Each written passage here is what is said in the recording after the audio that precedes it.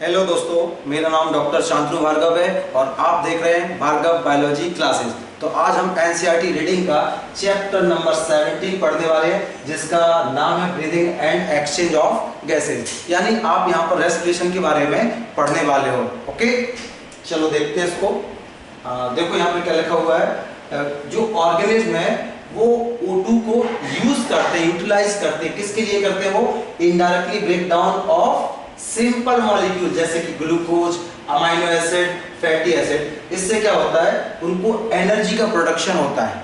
Okay, और ये इसी एनर्जी को वो जो डिफरेंट टाइप की बॉडी में एक्टिविटीज हैं उनको परफॉर्म करने में वो इस्तेमाल करते हैं। ठीक है, ये जो पूरी कैटाबॉलिक रिएक्शन है या ये जो पूरी प्रक्रिया है, इसमें CO2 जो कि हार्मफुल है इसको बाहर निकाला जाता है। तो आप यहाँ पे ये समझ पा रहे हो कि आप में जो सिंपल मॉलिक्यूल हैं उनका ऑक्सीडेशन किया जा रहा है, तो उसमें ऑक्सीजन की रिक्वायरमेंट होगी और आप में एनर्जी का प्रोडक्शन हो जाएगा और बदले में जो CO2 बनेगी उसको हमको बाहर निकालना पड़ेगा। ठीक है, तो आगे देखो, इस प्रोसेस को करने के लिए आपको लगातार O2 लेनी पड़ेगी, बदले में सेल जो CO2 बनाते हैं उसको लगातार आपको रिलीज आउट करना पड़ेगा। ठीक है, तो एटमॉस्फेयर से O2 को लेना और सेल जो CO2 बनाते हैं इनके बीच में जो एक्सचेंज है, मतलब एटमॉस्फेयर से आपने क्या किया?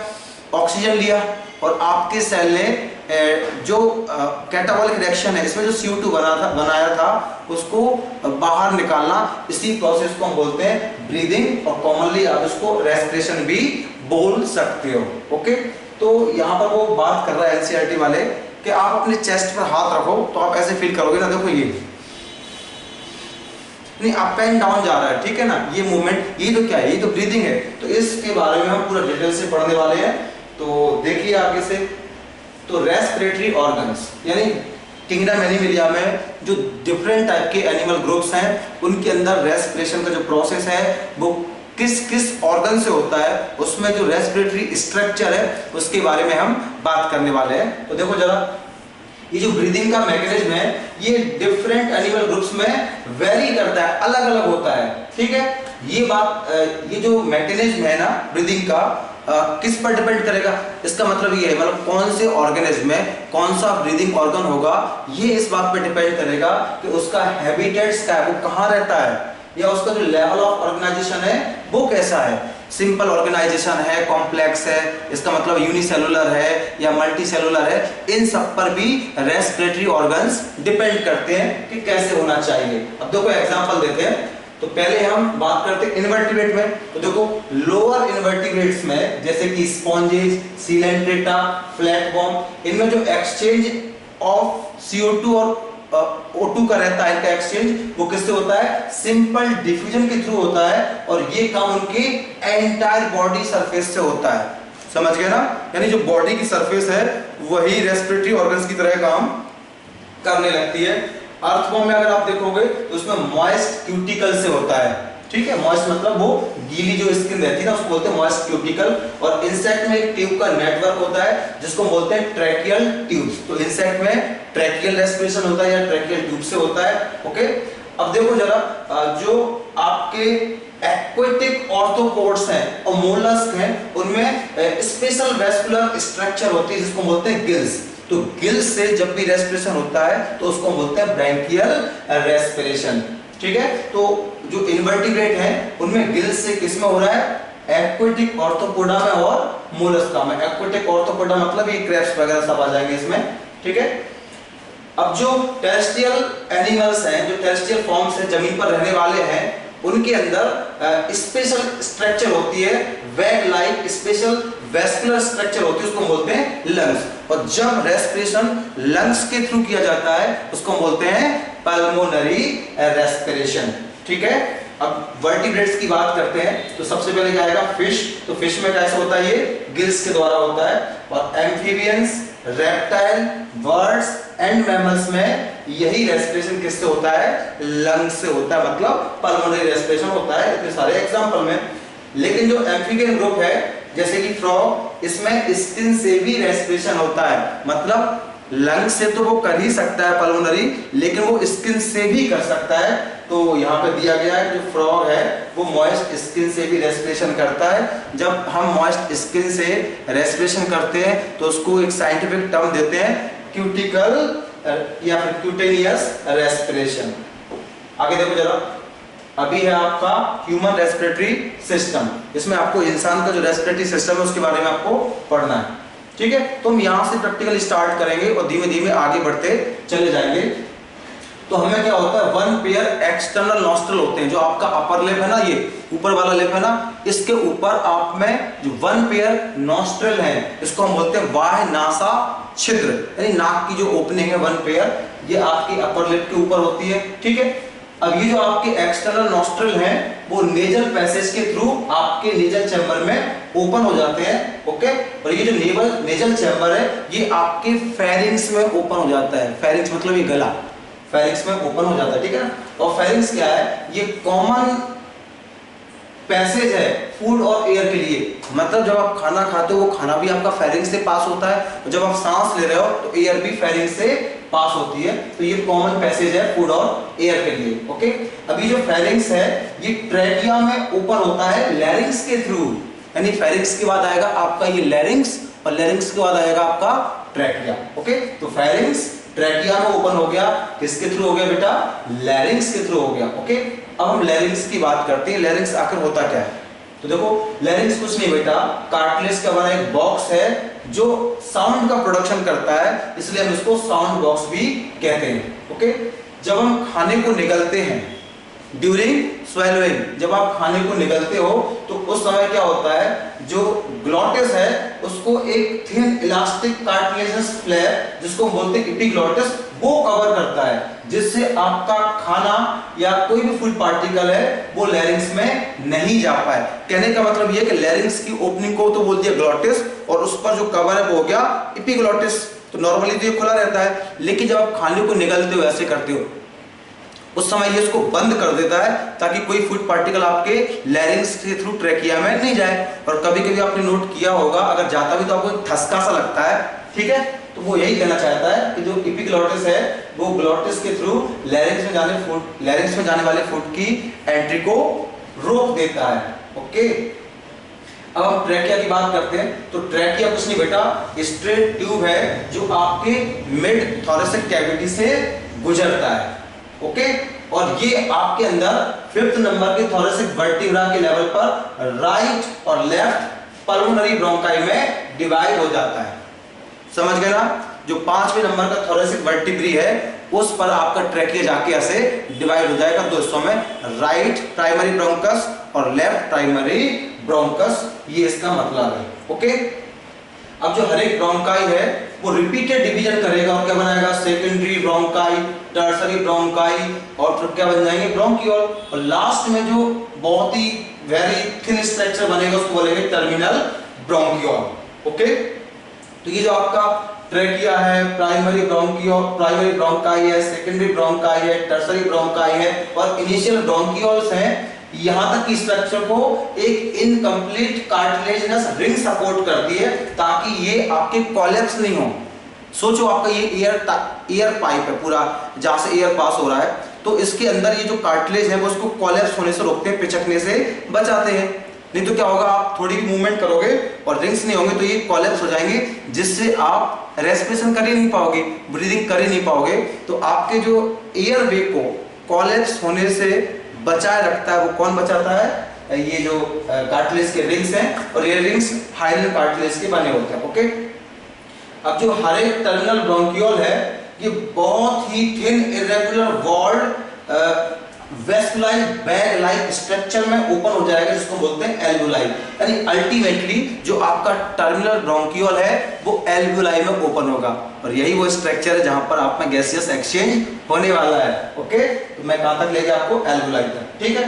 अब देखो branching network of bronchi, bronchioles and alveoli, ये सब मिला के आप में लंग्स का स्ट्रक्चर बनाते हैं, या आप ऐसे कह सकते हो लंग्स के अंदर ये सारी चीजें होती हैं, या फिर ये सारी चीजें मिलके आपका लंग्स बनाते हैं, ओके।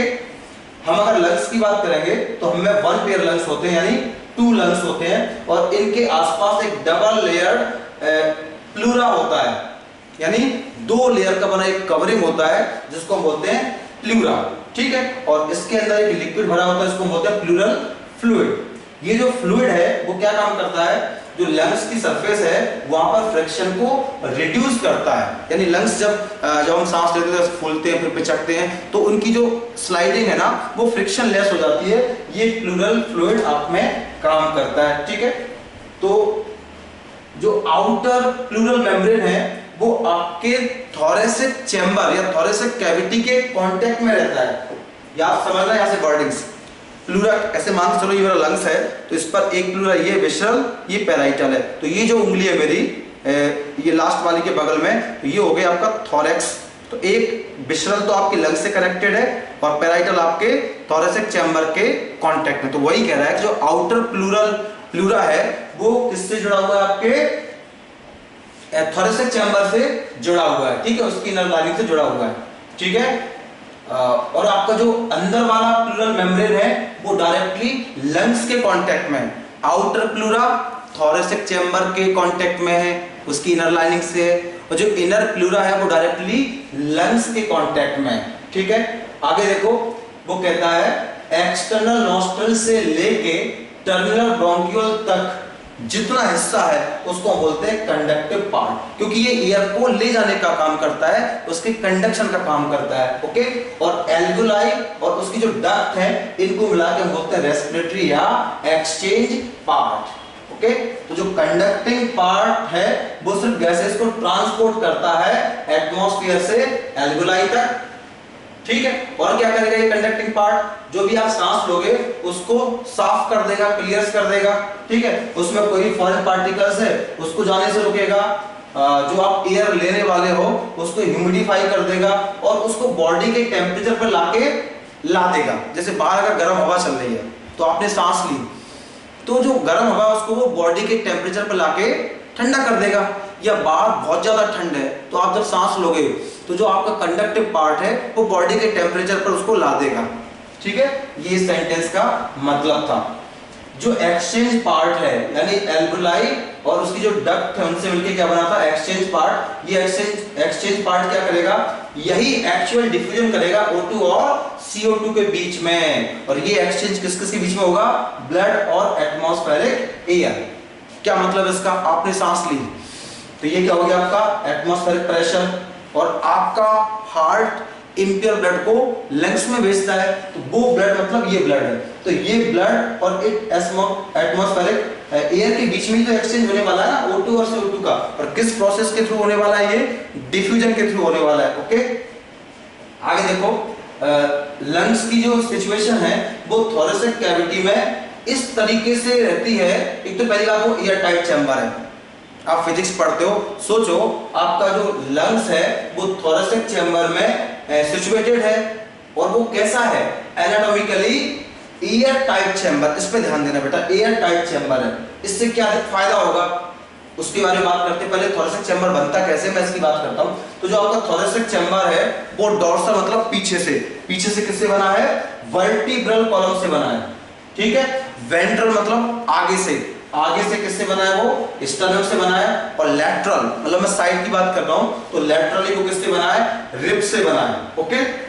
और जो उसका नीचे का साइड है जो आपका थोरेसिक कैविटी है या चैम्बर है उसका जो लोअर साइड है वो डोम शेप डायफ्राम से मिलके बना हुआ है। यहां पर एक क्वेश्चन तैयार हो गया कि जो आपका डायफ्राम है इसका शेप कैसा होता है, तो आप बोल सकते हो डोम शेप होता है, ओके। अब ये जो लंग्स का थोरेक्स के अंदर एनाटॉमिकली ऐसा सेटअप होता है कि जो भी चेंज थोरेसिक कैविटी के वॉल्यूम में आएगा वही चेंज आपको लंग्स में यानी पल्मोनरी वॉल्यूम में भी दिखेगा। समझो इस बात को, आपके थोरेसिक चैम्बर है जो कि एयर टाइट कैविटी है, उसके अंदर आपके लंग्स हैं, ठीक है। लंग्स के अंदर का वॉल्यूम क्या हो गया, पल्मोनरी वॉल्यूम, ठीक है। और थोरेसिक चैम्बर क्या है, थोरेसिक चैम्बर है। तो थोरेसिक चैम्बर अगर ऐसे होगा, कॉन्ट्रैक्ट होगा, तो लंग्स भी कॉन्ट्रैक्ट होंगे। अगर थोरेसिक चैम्बर ऐसे होगा, डायलेट होगा, तो लंग्स भी डायलेट होंगे। इस सेंटेंस में ये बात कही जा रही है आपसे कि जो चेंज आपके थोरेसिक कैविटी में होंगे वही आपको कहां पे दिखाई देंगे, लंग्स में दिखाई देंगे। मैं इस बात को अच्छे से आपको बता चुका हूं, आप समझ लेना, ठीक है। और ये जो ऐसा सेटअप है ये बहुत जरूरी हो जाता है आप में ब्रीदिंग के लिए, बस इतना याद रखो जिससे आप ब्रीदिंग कर सकते हो। क्योंकि हम डायरेक्टली अपने पल्मोनरी वॉल्यूम को अल्टर नहीं कर सकते हैं। मैं लंग्स को डायरेक्ट ऐसे ऐसे नहीं कर सकता हूं। मैं किसको कर सकता हूं अल्टरनेट? मैं किसके वॉल्यूम को अल्टरनेट कर सकता हूं? थोरेसिक कैविटी के। हाँ, मैं थोरेसिक कैविटी को अल्टर करके इनडायरेक्टली पल्मोनरी वॉल्यूम को भी अल्टर कर दूंगा, पर डायरेक्टली मेरा कोई कमांड नहीं है उसके ऊपर। यहाँ पर देख सकते हैं ये ग्लॉटिस था, ये एपिग्लॉटिस है, ये लैरिंक्स है। यही एपिग्लॉटिस इसमें खाने के जाने को रोकता है। ये ट्रैकिया है और ये प्राइमरी ब्रोंकस हो जाएगा। ये राइट वाला, ये लेफ्ट वाला। यहाँ पर ये इनकम्प्लीट कार्टिलेज के रिंग्स होते हैं। ये देखो प्लूरल मेम्ब्रेन है, बाइलेयर्ड है। ये एल्वेलाई है, इसमें प्लूरल ये फ्लूइड भरा हुआ है। ये ब्रोंकियोल है और इन सबको मिला के हमने बोल दिया लंग्स बोल दिया। नीचे डायफ्राम है, डोम शेप, ये आप देख सकते हैं डायग्राम के अंदर। चलो, अब रेस्पिरेशन में कितने स्टेप हिस्सेदारी करते हैं, कितने स्टेप में रेस्पिरेशन होता है, तो हम देखते हैं यहाँ पर 5 नाम दिए हैं एनसीईआरटी में। तो पहला होता है ब्रीदिंग, इसी को बोलते हैं पल्मोनरी वेंटिलेशन, मतलब सांसों का आना और जाना। इसमें 2 चीजें आएंगी, इंस्पायरेशन या इंस्पिरेशन भी बोलते हैं, दूसरा एक्सपायरेशन। इंस्पिरेशन को हम इनहेलेशन भी बोलते हैं और एक्सपायरेशन को हम एक्सहेलेशन भी बोलते हैं। तो ब्रीदिंग या पल्मोनरी वेंटिलेशन में हम क्या करते हैं, जो एटमॉस्फेरिक एयर होता है उसको हम अंदर लेते हैं और हमारे एल्वुलर जो एयर है जो कि CO2 रिच होती है उसको बाहर निकालते हैं। देखो, बाहर से सांस ली मैंने और एल्वुलाई की सांस को बाहर निकाल दी, इसी को हमने बोल दिया ब्रीदिंग या पल्मोनरी वेंटिलेशन। इसके बाद दूसरा हिस्सा क्या होता है, इसका दूसरा स्टेप डिफ्यूजन ऑफ गैसेस। आपने सांसों को अंदर लिया और बाहर निकाल दिया। अब जो एक्सचेंज होगा वो एल्वुलाई के लेवल पर होगा कि नहीं होगा, तो वही पॉइंट है डिफ्यूजन ऑफ गैसेस। वो किसका होगा? O2 और CO2 का होगा अक्रॉस एल्वुलर मेम्ब्रेन। यानी O2 एल्वुलाई से ब्लड में जाएगा और ब्लड से CO2 एल्वुलाई में आएगा, जिसको आप बाहर निकालने वाले हो। तीसरा स्टेप क्या हो जाएगा? ट्रांसपोर्ट ऑफ गैसेस, ये ब्लड के थ्रू होगा। अब जो O2 आपने ली थी वो क्रॉस करके एल्वुलर मेम्ब्रेन को कहां पहुंच गई? ब्लड में पहुंच गई। अब वहां से ये ट्रांसपोर्ट होगा और जो टिश्यू में CO2 बना था वो भी ट्रांसपोर्ट होके एल्वुलाई तक आएगा। दोनों ही बातें हैं, तो इसको नाम दे दिया उन्होंने ट्रांसपोर्ट ऑफ गैसेस। ये किसके थ्रू होता है? By blood. आगे देखो, diffusion of O2 and CO2 between blood and tissue. एक डिफ्यूजन तो आपका एल्वुलाई के लेवल पे होता है, एक एक्सचेंज आपके टिश्यू और ब्लड के लेवल पर भी होता है। दूसरा डिफ्यूजन आपके ब्लड और टिश्यू के लेवल पर होगा। यहां पर क्या होगा? आपके शुद्ध खून में जो O2 गया था वो टिश्यू को मिल जाएगा और टिश्यू ने जो CO2 बनाया था वो इस ब्लड में डाल देगा, ऐसा इसका मतलब है। और लास्ट स्टेप है यूटिलाइजेशन ऑफ O2। ठीक है, सेल जिस मतलब O2 का यूज करके कैटाबॉलिक रिएक्शन कर देगा और बदले में CO2 बन जाएगी। एक्चुअली यही ट्रू रेस्पिरेशन है, इसी को हम बोलते हैं सेलुलर रेस्पिरेशन। अब हम आगे पढ़ते हैं मैकेनिज्म ऑफ ब्रीदिंग। जो ब्रीदिंग का प्रोसेस है, मैकेनिज्म है, वो कैसे होता है इसकी मैं बात करता हूं। ठीक है ना, तो ब्रीदिंग के 2 स्टेप होते हैं। एक तो होता है इंस्पिरेशन या इंस्पायरेशन बोलो आप, दूसरा होता है एक्सपायरेशन। तो इंस्पायरेशन में आप क्या करते हो, जो एटमॉस्फेरिक एयर है उसको आप अंदर लेते हो, देखो ये, यानी सांस लेना। ठीक है, और एक्सपायरेशन में हम क्या करते हैं, जो एल्वुलर एयर है ना उसको हम बाहर निकालते हैं, मतलब ये मैंने सांस छोड़ दी। Inspiration, expiration. ओके, अब देखो जरा, ये जो मूवमेंट ऑफ एयर है into and out of the lungs, ये कैसे होता है? ये होता है pressure gradient between the lungs and atmosphere. यानी आप सांस अंदर कब लोगे, बाहर कब निकालोगे, ये किस पर डिपेंड करता है? प्रेशर ग्रेडियंट बाहर का यानी एटमॉस्फेयर का और आपके लंग्स के अंदर का, इन दोनों पे ये डिपेंड करता है। तो पहले हम एक करके पढ़ लेते हैं इसको। जो आपका इंस्पायरेशन है, ठीक है, वो कब होगा? जब आपके लंग्स के अंदर का जो प्रेशर यानी इंट्रा पल्मोनरी जो प्रेशर है वो कम हो जाएगा एटमॉस्फेरिक प्रेशर की वजह से।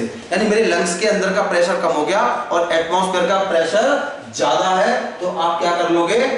सांस को खींच लोगे। अब देखो यहां पर लिखा है कि जो नेगेटिव प्रेशर है आपका लंग्स के अंदर, इससे क्या होगा? आप बाहर से सांस को खींच लोगे, इसी को बोलते हैं इंस्पायरेशन। ऐसे ही वो क्या कह रहा है, एक्सपायरेशन में क्या होता है? जो इंट्रा पल्मोनरी प्रेशर है यानी आपके लंग्स का जो प्रेशर है वो ज्यादा हो जाएगा, हायर हो जाएगा देन एटमॉस्फेरिक प्रेशर। ठीक है, तो इस कंडीशन में आप सांस को बाहर निकालने वाले हो। ये जो डायफ्राम है और स्पेशल जो मसल्स का सेट है जिसको बोलते हैं external and internal intercostal muscles, ये रिब्स के बीच में होते हैं इसलिए इसको बोलते हैं इंटरकॉस्टल मसल्स। तो ये इंटरकॉस्टल मसल्स भी दो टाइप के होते हैं, एक्सटर्नल इंटरकॉस्टल मसल्स और दूसरा होता है इंटरनल इंटरकॉस्टल मसल। तो ये दोनों टाइप की मसल्स और डायफ्राम भी इसमें काफी इस ग्रेडियंट को जनरेट करने में, इस प्रेशर को बनाने में बहुत मदद करते हैं। ओके, अब जो इंस्पिरेशन है वो कैसे शुरू होता है? आप जब सांस लेते हो तो ये शुरुआत कैसे होती है? तो सबसे पहले क्या होगा, डायफ्राम कॉन्ट्रैक्ट हो जाएगा, जो आपका डोम शेप का डायफ्राम था ना वो फ्लैट हो जाएगा। मतलब जब ये फ्लैट होगा तो आपके थोरेसिक कैविटी का वॉल्यूम बढ़ेगा, कुल मिला के ये बढ़ेगा तो अंदर लंग्स का वॉल्यूम भी बढ़ेगा। मैंने पहले बोला था जो चेंज थोरेसिक कैविटी में होंगे वही चेंज आपको लंग्स के अंदर भी दिखेंगे। फिर से देखो, इंस्पिरेशन शुरुआत कैसे होगा, कॉन्ट्रैक्शन ऑफ डायफ्राम, ये क्या कर देगा, थोरेसिक चैम्बर का जो वॉल्यूम है उसको इंक्रीज कर देगा एंटीरियर पोस्टीरियर एक्सिस में। ठीक है, इसके अलावा ये तो काम किसने कर दिया, आपके डायफ्राम ने। इसके अलावा जो एक्सटर्नल इंटरकॉस्टल मसल्स है इसका जो कॉन्ट्रैक्शन है वो रिब्स को, स्टर्नम को ऊपर उठाएगा।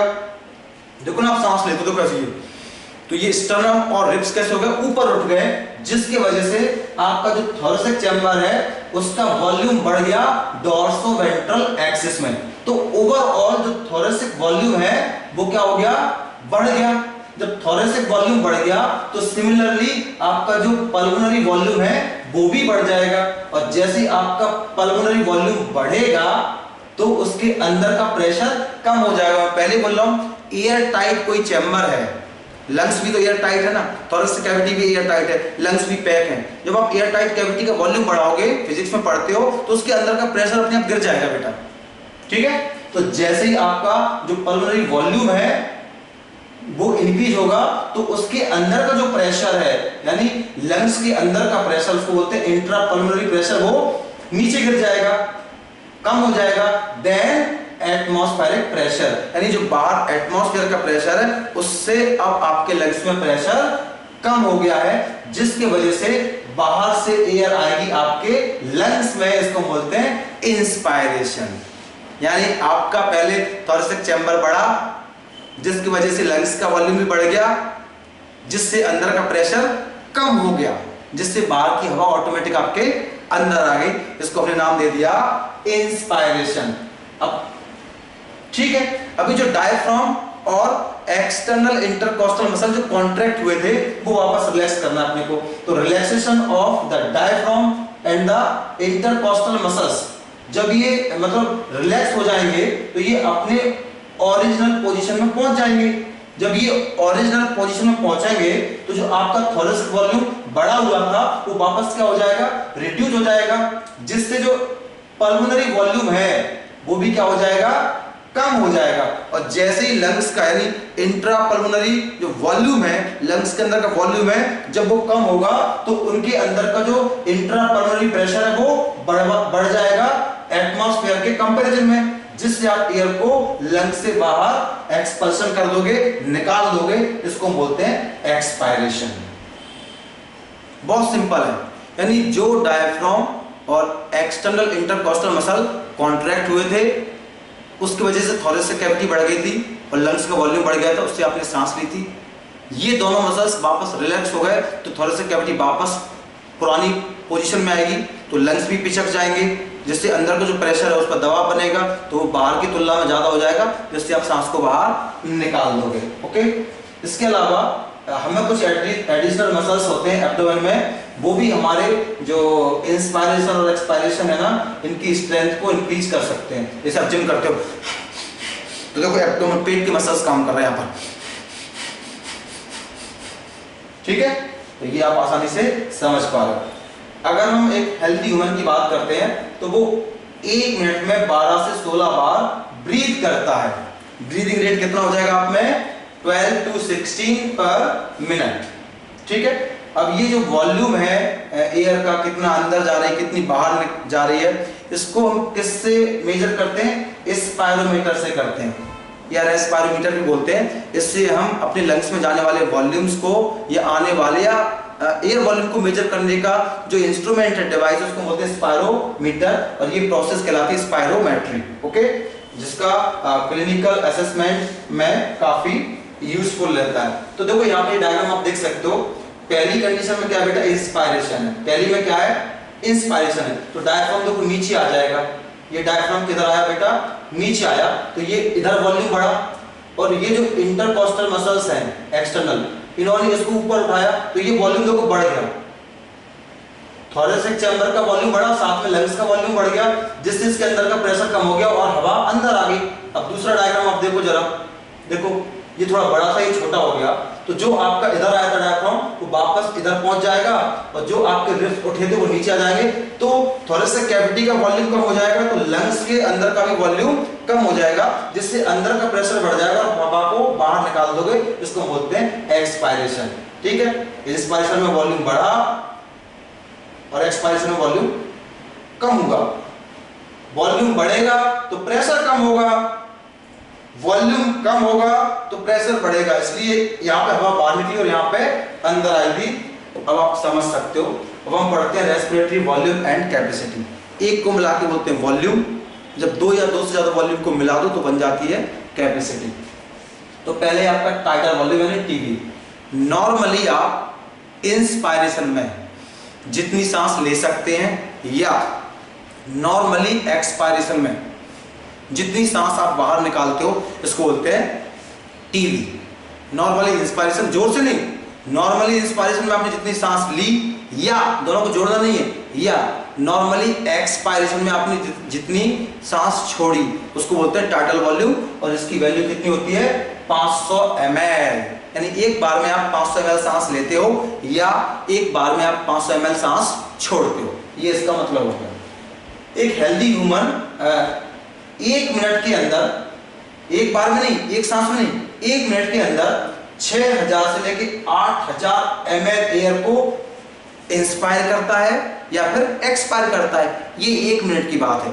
एक बार में आप 500 लेते हो या फिर 500 निकालते हो एक बार में, लेकिन अगर आपको निकालना 1 मिनट में तो उसकी वैल्यू ये हो जाएगी। कहने का मतलब ये है कि आप जो टाइटल वॉल्यूम है ना, इसको आप ब्रीदिंग रेट से मल्टीप्लाई कर देना तो आंसर ही आ जाएगा। 1 मिनट में ब्रीदिंग रेट कितना होता है, 12 से 16, और टीवी कितना है, 500 मल्टीप्लाई कर दोगे तो आंसर यहाँ पर निकल के आ जाएगा। अब है inspiratory reserve volume, IRV। Normal आप सांस ले लो, पहले देखो ये नॉर्मल, टीवी ले लिया मैंने नॉर्मल। अब इसके अलावा जो आप जोर से ताकत लगा के फोर्सिबल इंस्पायरेशन करोगे, यानी forceful inspiration after TV, normal सांस लेने के बाद आप जो फोर्सली और सांस ले सकते हो एडिशनल, उसको हम बोलते हैं IRV, और इसको हम बोलते हैं, इसकी वैल्यू कितनी होती है बेटा, 2500 से लेके 3000 ml तक।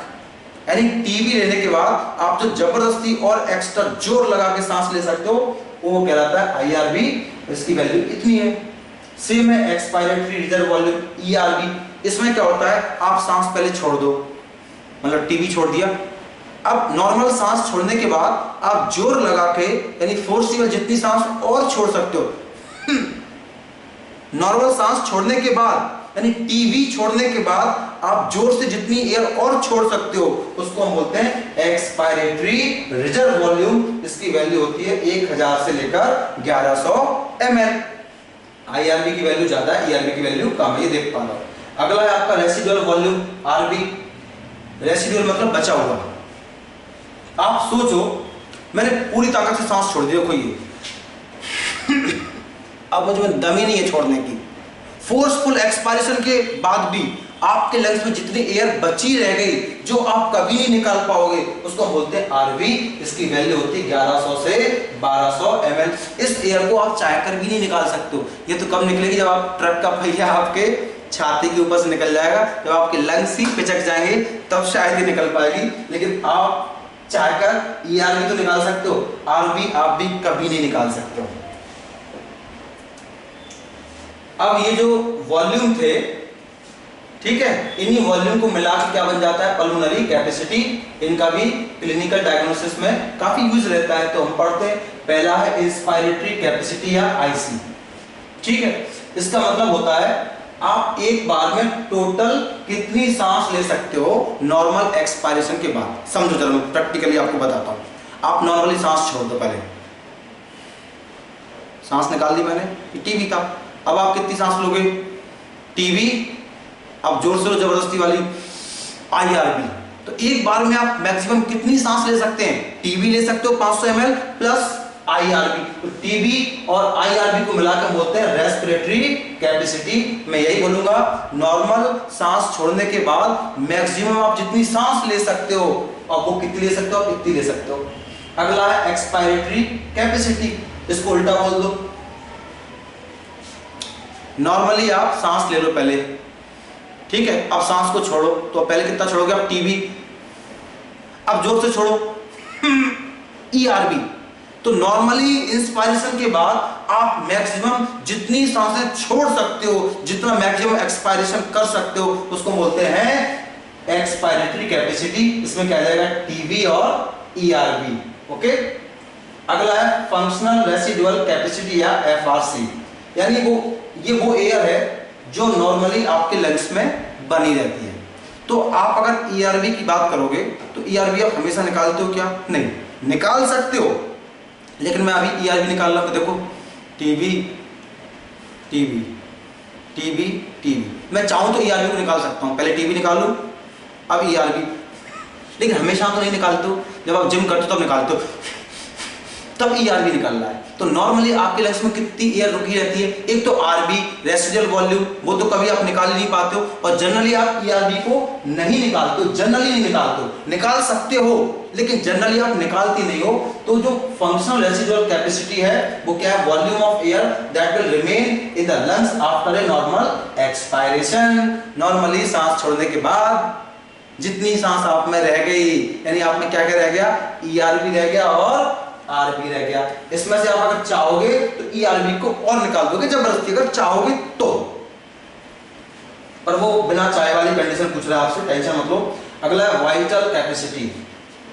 वाइटल कैपेसिटी क्या होता है? Maximum volume of air a person can breathe in after a forced expiration. देखो, आप पूरी जोर से सांस निकाल दो, उसके बाद आप सांस लो, ये हो गया आपका वाइटल कैपेसिटी। ठीक है, इसमें क्या क्या आ जाएगा? क्या क्या आ जाएगा आपका? ईआरबी आ जाएगा, टीबी आ जाएगा, आईआरबी आ जाएगा। मतलब ये मैक्सिमम वॉल्यूम ऑफ एयर है जिसको हम ब्रीथ आउट करते हैं आफ्टर ए फोर्स्ड इंस्पायरेशन। दोनों तरीके से बोल सकते हैं, या तो आप एक बार सांस ले लो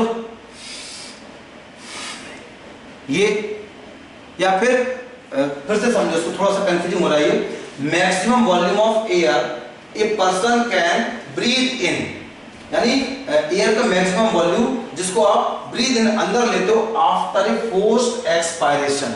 देखो, फोर्स्ड एक्सपायरेशन कर दो पहले तो, अब इसके बाद आप जितनी सांस ले सकते हो। ये हो गया आपका क्या? Vital capacity. तो इसमें क्या क्या आ जाएगा आपका? ईआरबी आ जाएगा, टीबी आ जाएगा और आईआरबी आ जाएगा। ठीक है, आप इसको उल्टा भी बोल सकते हो, maximum volume of air a person can breathe out after a forced inspiration. अब उल्टा करो, पहले पूरी सांस ले लो, देखो ये, अब जितनी आप निकाल सकते हो वो हो जाएगा आपका वाइटल कैपेसिटी। तो मैं तो ये बोलूंगा, वाइटल कैपेसिटी में क्या आ जाएगा? एक ब्रीदिंग में जितनी एयर आपकी रिन्यू हो जाती है, फ्रेश हो जाती है, उसको बोलते हैं वाइटल कैपेसिटी। समझ गए ना? एक ब्रीदिंग में जितनी एयर रिन्यू हो रही है, फ्रेश हो रही है, उसको बोलते हैं वाइटल कैपेसिटी। तो उसमें आ जाएगा ईआरबी भी, आईआरबी और टीबी। ठीक है, लास्ट है अपना टोटल लंग कैपेसिटी। इसका मतलब क्या है? एक बार आप जोर से सांस ले लो और उसको साध के रह जाओ, देखो ये, यानी एक पर्टिकुलर टाइम पर आपके लंग्स जितनी एयर को होल्ड कर सकते हैं, रोक कर सकते हैं, जितनी भरी जा सकती है टोटल, उसको बोलते हैं टोटल लंग कैपेसिटी। नाम ही है लंग की टोटल कैपेसिटी यानी टीएलसी। तो total volume of air accommodated रह सकता है in the lungs at the end of forced inspiration.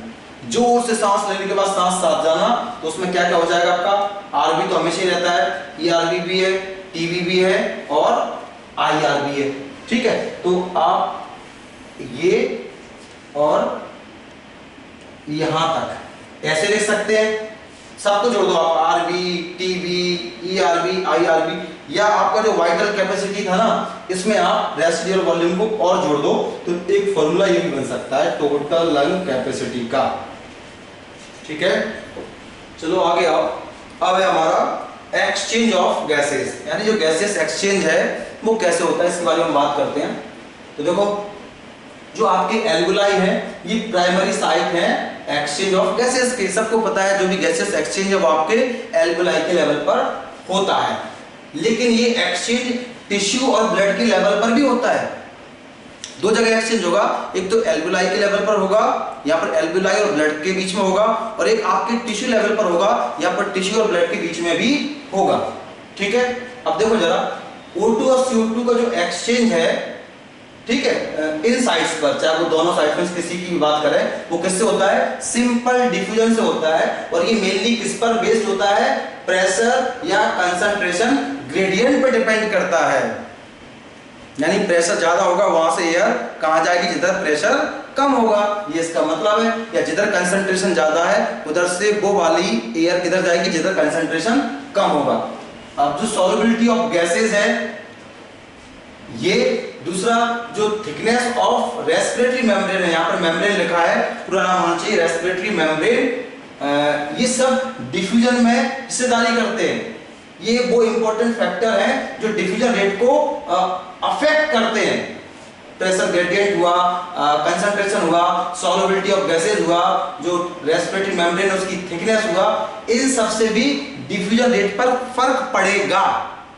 अगर डिफ्यूजन मेम्ब्रेन ज्यादा मोटी है तो डिफ्यूजन रेट कम हो जाएगा, अगर रेस्पिरेटरी मेम्ब्रेन या डिफ्यूजन मेम्ब्रेन पतली है तो जो आपका डिफ्यूजन है वो फास्ट हो जाएगा, ये मतलब इसका। तो देखो, जो एटमॉस्फेयर है ये गैसों का मिक्सचर है, mixture of gases is called atmosphere.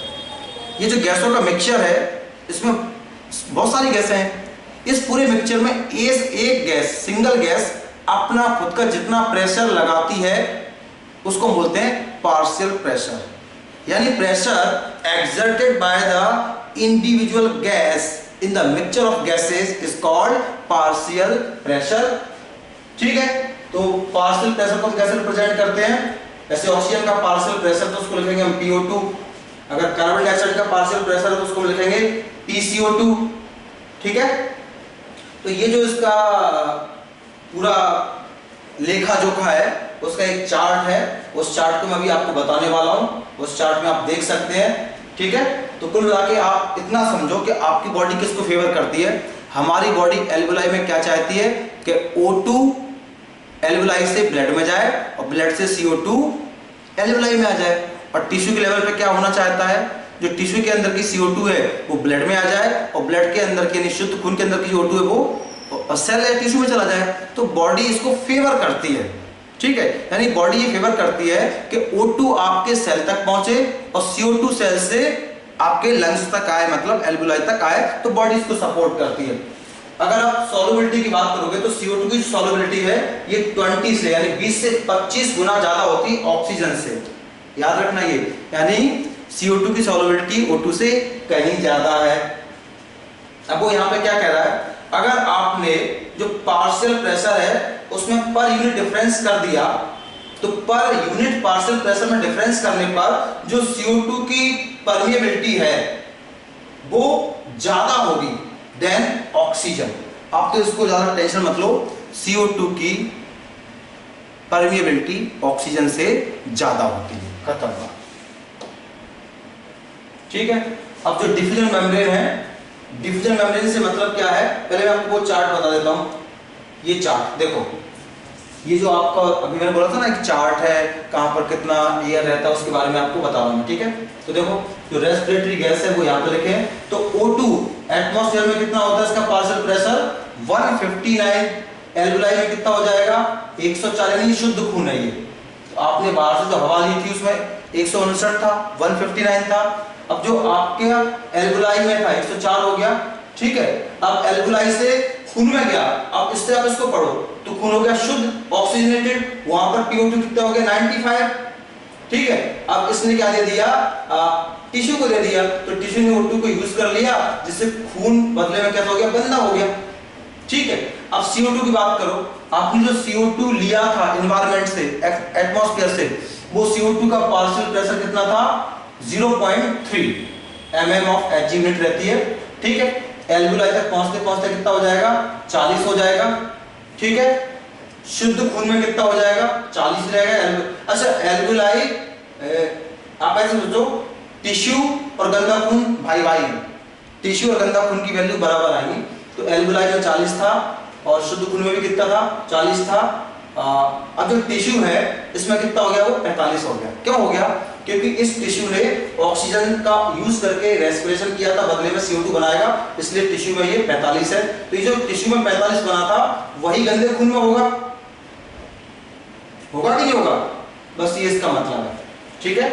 अब आप वापस आ जाओ इधर, जो डिफ्यूजन मेम्ब्रेन है, यानी जो एल्बुलाई और जो ब्लड कैपिलरी है ना, जिसमें एक्सचेंज होना है, तो वो इस मेम्ब्रेन के थ्रू होगा बेटा, ये मेम्ब्रेन, इसी मेम्ब्रेन को हम बोलते हैं डिफ्यूजन मेम्ब्रेन, और ये 3 मेजर लेयर से बना होता है।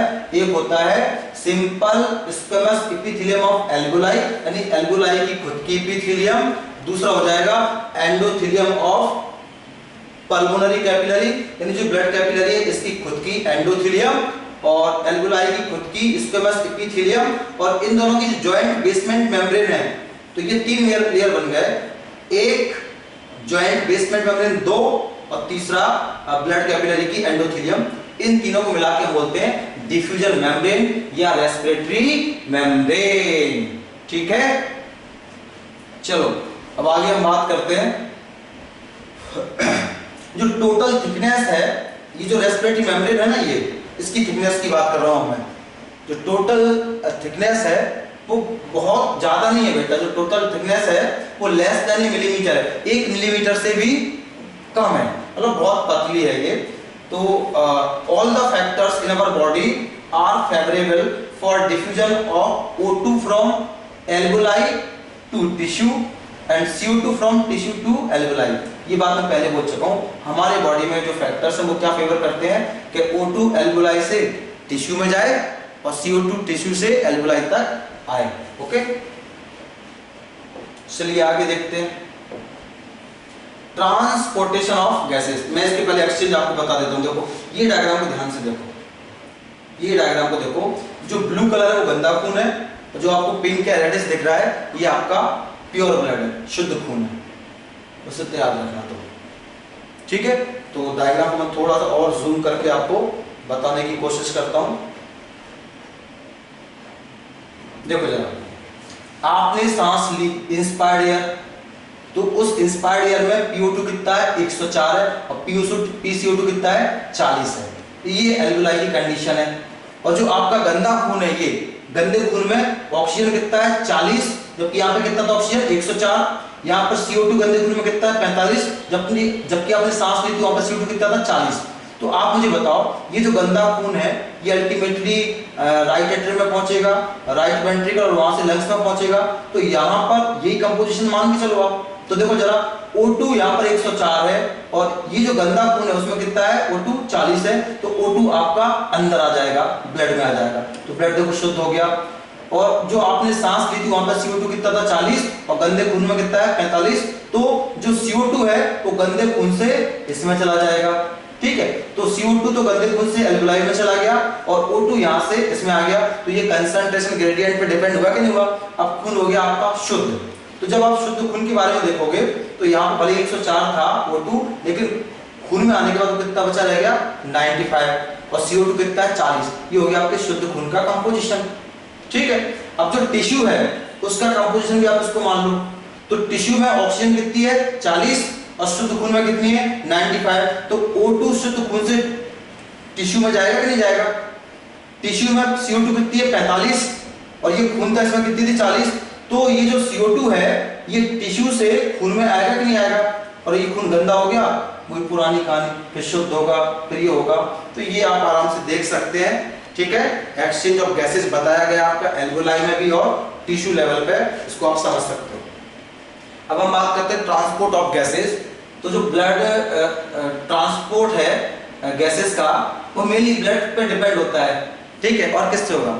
आपके बॉडी में ब्लड का काम क्या होता है? ट्रांसपोर्टेशन ऑफ गैसेस, ठीक है। O2 CO2 दोनों का करता है। तो पहले हम बात करते हैं ऑक्सीजन की।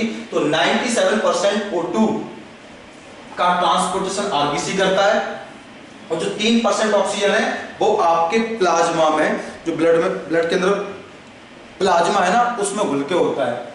अगर हम CO2 की बात करेंगे तो 20 से 25% CO2 का जो ट्रांसपोर्टेशन है वो आरबीसी से होता है, 20 से 25%, ठीक है। 70% यानी 70% CO2 बाइकार्बोनेट के फॉर्म में होता है, और जो बचा हुआ 7% है उसका जो ट्रांसपोर्टेशन है वो आपके ब्लड के प्लाज्मा में घुलकर होता है। तो CO2 का आप जोड़ना ये तो 100% हो जाएगा 70, 20 से 25 का 23 मान लो, 7 मान लो, तो 100% ये हो गया, और ऑक्सीजन का भी हो गया। तो ऑक्सीजन का आरबीसी 97% करता है, और ब्लड का प्लाज्मा 3%, ये हो गया O2 का ट्रांसपोर्टेशन। CO2 का जो हीमोग्लोबिन है यानी आरबीसी है वो कितने परसेंट करेगा? 20 से 25 यानी 23%, और 70% किससे होगा? बाइकार्बोनेट के फॉर्म में, और जो रिमेनिंग बचा हुआ 7% है वो प्लाज्मा के साथ हो जाएगा, ठीक है। अब इसका डिटेल करते हैं। पहले हम बात करते हैं ट्रांसपोर्ट ऑफ ऑक्सीजन। ऑक्सीजन का ट्रांसपोर्टेशन कैसे होता है ये ग्राफ भी समझेंगे। तो देखो आरबीसी के अंदर क्या होता है? हीमोग्लोबिन एक रेड कलर का आयरन कंटेनिंग पिगमेंट है, किसके अंदर? ये आरबीसी के अंदर है, ओके। अब जो ऑक्सीजन है ये हीमोग्लोबिन के साथ बाइंडिंग करेगी, जुड़ेगी, लेकिन रिवर्सिबल मैनर में, मतलब जुड़ जाएगी तो उससे अलग भी हो सकती है। ऐसा नहीं कि O2 चिपक गया तो चिपक ही गया, छूटेगा नहीं। रिवर्सिबल मैनर में आप सांस लोगे, ये ऑक्सीजन उससे बाइंडिंग करेगी और छूट भी जाएगी जहां पे छूटना होगा, ठीक है। तो रिवर्सिबल मैनर में ये O2 Hb से बाइंडिंग करेगा। जब O2 Hb से बाइंडिंग करेगा तो इसको बोलते हैं ऑक्सी हीमोग्लोबिन, ठीक है। हर एक हीमोग्लोबिन का मॉलिक्यूल मैक्सिमम 4 ऑक्सीजन के मॉलिक्यूल को ट्रांसपोर्ट करता है, ओके। अब जो ऑक्सीजन की बाइंडिंग है हीमोग्लोबिन के साथ, ये किस पे डिपेंड करती है? प्राइमरली मतलब mainly partial pressure of O2, यानी O2 जितना ज्यादा होगा उसकी हीमोग्लोबिन के साथ बाइंडिंग भी ज्यादा हो जाएगी। इसके अलावा partial pressure of CO2, hydrogen ion का कंसंट्रेशन, टेम्परेचर, ये भी कुछ फैक्टर्स हैं जो ऑक्सीजन की हीमोग्लोबिन के साथ बाइंडिंग को इंटरफेयर करते हैं, अफेक्टेड करते हैं, ओके। अगर आप परसेंटेज सैचुरेशन ऑफ हीमोग्लोबिन और ऑक्सीजन के बीच में अगर आप एक ग्राफ खींचोगे, तो ये ग्राफ आप देख रहे हो, ये क्या है? परसेंटेज सैचुरेशन ऑफ हीमोग्लोबिन, और ये क्या है? Partial pressure of oxygen. इन दोनों के बीच में अगर आप ग्राफ खींचोगे तो ये ग्राफ कैसा आएगा बेटा? सिग्मोइड आएगा, ओके। इसको बोलते हैं ऑक्सीजन डिसोसिएशन कर्व भी बोलते हैं, ठीक है। तो ये क्वेश्चन बहुत आता है। ये किस चीज में यूजफुल होता है? ये स्टडी करने में यूजफुल होता है किसके? PCO2 H+ आयन कंसंट्रेशन, इन सबको आप रीड मतलब स्टडी कर सकते हो इस ग्राफ के थ्रू, ठीक है। अब एल्वेलाई में देखो क्या होता है। इन द एल्वेलाई में क्या होगा? हाई PO2 रहेगा। क्यों? मैंने सांस ली थी ना, ये तो O2 ज्यादा होगा, ऑब्वियसली CO2 कम होगा। तो in the alveoli high PO2 होगा, लो PCO2 होगा, PCO2 लो होगा तो इससे H+ आयन क्या होंगे? ये भी कम होंगे, और टेम्परेचर कम होगा। ये सारे फैक्टर्स क्या करते हैं? ऑक्सी हीमोग्लोबिन बनने में मदद करते हैं, यानी O2 Hb से जुड़े, ऐसी ये कंडीशंस क्रिएट करते हैं, ठीक है। जबकि आप यही चीज टिश्यू में देखोगे तो वहां पे क्या होता है? टिश्यू की बात कर रहा हूं, सॉरी, लो टिश्यू की बात कर रहा हूं, तो वहां पे क्या होगा? लो PO2 होगा। इसको उल्टा कर दो आप, ये कंडीशन थी आपकी एल्वेलाई में। अब टिश्यू में क्या होने वाला? लो PO2, high PCO2, high H+ ion concentration, high temperature. ये किस चीज का फेवर करेगा? Dissociation of oxygen from the oxy haemoglobin, यानी ऑक्सीजन Hb से चिपकेगा एल्वेलाई में, उसके फेवर ये लिखे हैं। और टिश्यू के लेवल पे ऑक्सीजन हीमोग्लोबिन से अलग होगा, उसके लिए ये सारे फैक्टर्स काम करते हैं, ठीक है। तो कुल मिला के टिश्यू के लेवल पे ऑक्सी हीमोग्लोबिन से ऑक्सीजन निकलना भी चाहिए, क्योंकि ऑक्सी हीमोग्लोबिन ऑक्सीजन को छोड़ेगा तभी तो वो टिश्यू को मिलेगा ना, ठीक है। तो ये बॉडीज को सपोर्ट करती है, ठीक है, जिससे डिसोसिएट हो जाता है वो टिश्यू को ऑक्सीजन मिल जाता है। 100 ml अगर ब्लड की बात करें ठीक है, तो वो 5 ml O2 को ट्रांसपोर्ट करता है, यानी 100 ml जो ऑक्सीजनेटेड ब्लड है, जो शुद्ध खून है, वो 5 ml O2 को ट्रांसपोर्ट करता है। नॉर्मल कंडीशन की बात कर रहा हूं मैं, ठीक है। ये ग्राफ भी आप देख सकते हो, जैसे आप पार्शियल प्रेशर बढ़ाते जाओगे तो सैचुरेशन भी, जो परसेंटेज सैचुरेशन ऑफ हीमोग्लोबिन है ना, वो भी बढ़ता जाएगा। तो ये ग्राफ को आप देख सकते हैं यहाँ पर। अब हम करते हैं बात किसकी, ट्रांसपोर्टेशन ऑफ कार्बन डाइऑक्साइड, ठीक है। ऑक्सीजन चला गया, कैसे चला गया, यहाँ पे कैसे फेवर हुआ था एल्वेलाई में, टिश्यू में, उसके साथ क्या हुआ। अब हम पढ़ते हैं ट्रांसपोर्टेशन ऑफ CO2। तो देखो CO2 का जितना हिस्सा हीमोग्लोबिन के साथ ट्रांसपोर्ट होता है उसको बोलते हैं कार्ब अमाइनो हीमोग्लोबिन, 20 से 25%। आपने पहले बोला है, यानी जब O2 Hb से जुड़ता है तो उसको बोलते हैं ऑक्सी हीमोग्लोबिन, लेकिन जब CO2 Hb से जुड़ेगा तो उसको बोलते हैं कार्ब अमाइनो हीमोग्लोबिन। तो 20 से 25% CO2 का ट्रांसपोर्टेशन हीमोग्लोबिन करता है, किस फॉर्म में करता है, कार्ब अमाइनो हीमोग्लोबिन, ठीक है।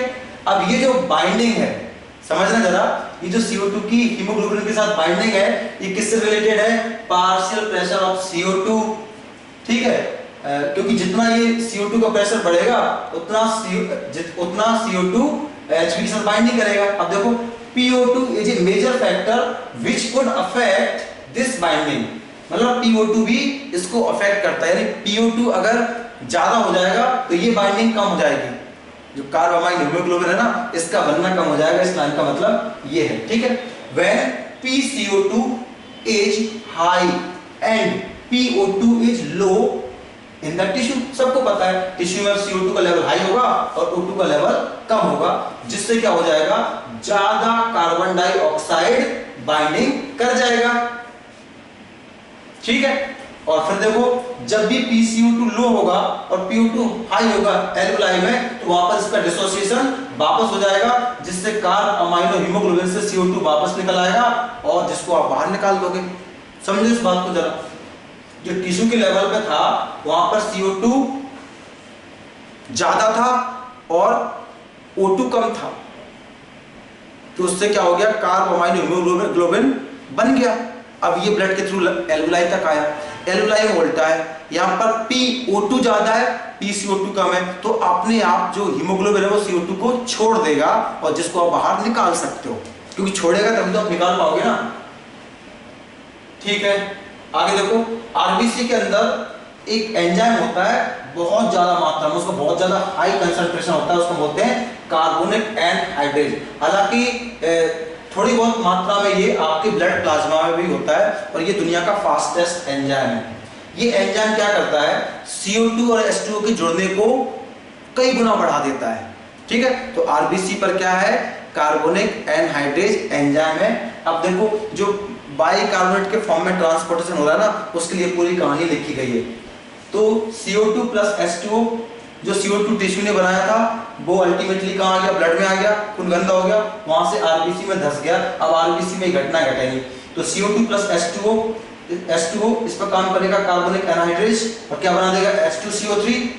H2CO3 किस में टूट जाएगा, HCO3 नेगेटिव और H प्लस में। ये काम कौन करवा रहा है बेटा, कार्बोनिक एनहाइड्रेज, यानी कहीं ना कहीं कार्बोनिक एनहाइड्रेज CO2 के ट्रांसपोर्टेशन में मदद कर रहा है, ठीक है। अब देखो जरा, जो टिश्यू वाली साइट है वहां पर CO2 का जो पार्शियल प्रेशर है वो ज्यादा होगा। क्यों ज्यादा होगा, क्योंकि वहां पर कैटाबॉलिज्म हुआ है जिससे CO2 ज्यादा बनी है और वो ब्लड में आ गई, ब्लड में मतलब आरबीसी में भी आ गई और प्लाज्मा में आ गई, और वहां पर वो क्या बना देगी, क्या बन जाएगा, HCO3 एंड H प्लस में बन जाएगा। देखो HCO3 और H प्लस में कन्वर्ट हो गया। अब जो एल्वुलर साइट है, अभी ये ब्लड में देखो इस फॉर्म में जाएगा ना, बाइकार्बोनेट के फॉर्म में, 70% किस फॉर्म में जा रहा है, वो बाइकार्बोनेट के फॉर्म में जा रहा है। अब जैसे ही वो एल्वुलर साइट पर पहुंचेगा वहां पर PCO2 क्या है, लो है, तो ये जो रिएक्शन हुई थी ये वापस से अपोजिट डायरेक्शन में हो जाएगी, जिससे ये प्रोसेस उल्टी हो जाएगी और ऐसा बन जाएगा। अभी ऐसी हुई थी टिश्यू लेवल पे, एल्वुलाई में ऐसी हो जाएगी, तो एल्वुलाई के लेवल पे क्या हो जाएगा, CO2 बन जाएगा, H2 बन जाएगा, और जो CO2 यहाँ पे फ्री हुआ इसको हम बाहर निकाल देंगे सांस को, ठीक है। तो ये इसमें लिखा हुआ है, तो जो ट्रांसपोर्टेड हुआ था और CO2 का बाइकार्बोनेट के फॉर्म में उसको हम बाहर निकाल देंगे, ठीक है। 100 ml deoxygenated blood 4 ml CO2 को ट्रांसपोर्ट करता है, जबकि 100 ml oxygenated blood 5 ml O2 को ट्रांसपोर्ट करता था। दोनों को ध्यान रखना, सिर्फ थोड़ा सा डिफरेंस है। अब हम देखते हैं रेगुलेशन ऑफ रेस्पिरेशन। जो रेस्पिरेशन का रेगुलेशन कैसे होता है, तो हमारे अंदर जो रेस्पिरेटरी रिदम है वो कितनी होना चाहिए, हमारी बॉडी में ऑक्सीजन की डिमांड कितनी है, उसके आधार पर हम इसको मेंटेन कर सकते हैं, इसको मॉडरेट कर सकते हैं। ये हमारे अंदर एबिलिटी होती है, ठीक है। तो अगर आप देखोगे तो इसके अंदर हमारे न्यूरल सिस्टम में एक सेंटर होता है, खास करके मेडुला में, जिसको हम बोलते हैं रेस्पिरेटरी रिदम सेंटर, और ये प्राइमरली आपकी रेस्पिरेशन या ब्रीदिंग को कंट्रोल करता है, ओके। इसके अलावा एक सेंटर और होता है पोन्स वेरुलाई में, जिसको बोलते हैं न्यूमोटैक्सिक सेंटर। ये न्यूमोटैक्सिक सेंटर भी आपकी जो रेस्पिरेटरी रिदम सेंटर है ना, उसके फंक्शन को मॉडरेट कर सकता है। कैसे करेगा मैं बताता हूं। पोन्स वेरुलाई के अंदर जो एपनियोस्टिक सेंटर है वो आपके इंस्पायरेशन के टाइम को कम कर देगा। जैसे मैं अभी सांस ले रहा हूं, देखो ये अब ये टाइम कम कर दिया, तो मैं छोटी सांस लूंगा, देखो ये छोटी सांस लूंगा तो पर मिनट मेरा नंबर ऑफ ब्रीदिंग बढ़ जाएगा ना। छोटी सांस लोगे तो सांसों की संख्या बढ़ जाएगी, देखो ये। अभी लंबी सांस लूंगा तो कहीं ना कहीं पोन्स का जो एपनियोस्टिक सेंटर है, सॉरी न्यूमोटैक्सिक सेंटर है, ये भी अल्टर कर देगा, आप में रेस्पिरेटरी रेट कर देगा, मतलब शॉर्ट ब्रीथ कर देगा, मतलब नंबर ऑफ ब्रीथ पर मिनट आप में बढ़ जाएगा। ये इसका मतलब हुआ। इसके अलावा जो आपका रेस्पिरेटरी रिदम सेंटर है, उसी के पास में highly sensitive chemo sensitive area भी पाया जाता है, जो CO2 के लिए बहुत ज्यादा सेंसिटिव है, CO2 के लिए और हाइड्रोजन आयंस। जहां CO2 लिखा हो वहां पे हाइड्रोजन आयंस भी आप जोड़ देना। CO2 ज्यादा है तो हाइड्रोजन आयंस भी ज्यादा है, मतलब एसिडिटी भी ज्यादा है, सामान के चलना, ठीक है। तो जब भी जो कीमो सेंसिटिव एरिया है, जब भी उसके कांटेक्ट में ज्यादा CO2 या ज्यादा हाइड्रोजन आयंस वाला ब्लड आएगा, तो वो क्या करेगा, जो आपका खुद एक्टिवेट हो जाएगा, कीमोसेंसिटिव एरिया खुद एक्टिवेट होके वो आपके रिदम सेंटर को सिग्नल देगा कि भाई तुम कुछ करो, CO2 का लेवल बढ़ गया है, तो वो उसको एडजस्टमेंट करने के लिए ऑर्डर दे देगा, और रिदम सेंटर फिर अपनी सांसों को कितना स्पीड से बढ़ाना कम करना वो कर लेगा ये काम, ओके। इसके अलावा कुछ रिसेप्टर्स होते हैं, खास करके जो एओर्टा होता है ना, उसके आर्क वाले पार्ट में, तो एओर्टिक आर्क और कैरोटिड आर्टरी में, खास करके कैरोटिड साइनस में ये रिसेप्टर्स होते हैं। ये भी चेंज ऑफ CO2 और H+ के कंसंट्रेशन के लिए सेंसिटिव होते हैं।